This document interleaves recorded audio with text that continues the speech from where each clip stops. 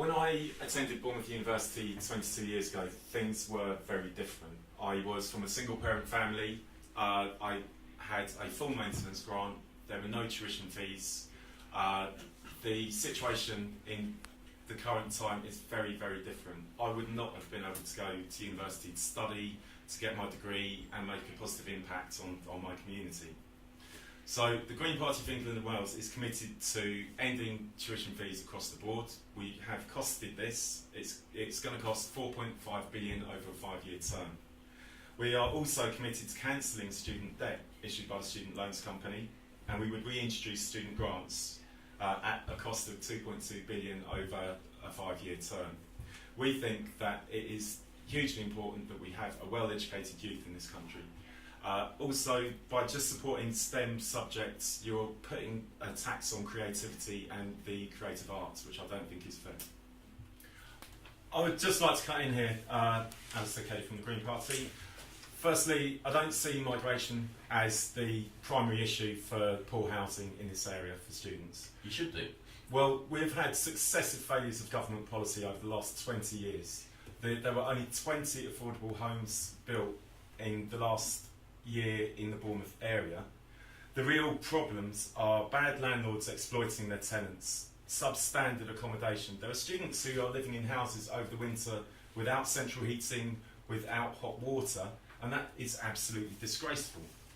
The Green Party would like to see 500,000 homes made available for social rent, so at an affordable level, where a minimum standard is in place. I think that we are in danger in this country of vilifying the poorest and the most desperate elements of our society.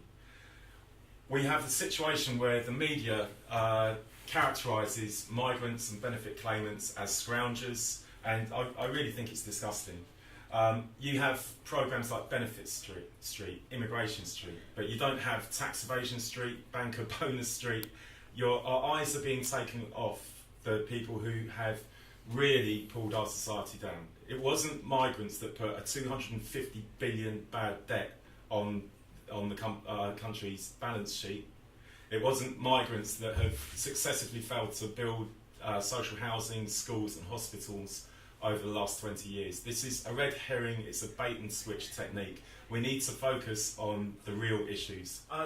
There's a term that's overused in describing the 18-24 demographic, and that's politically apathetic. And I hate it when I hear that term. I think alienation is a better way of putting it. Most people's first perception of politics at a young age is seeing two people shouting at each other across a crowded room, and that does not strike people as a positive environment for change. I'll take Martin's point about having a voice for young people. Only 24% of registered under 24s turned out to vote in the last election.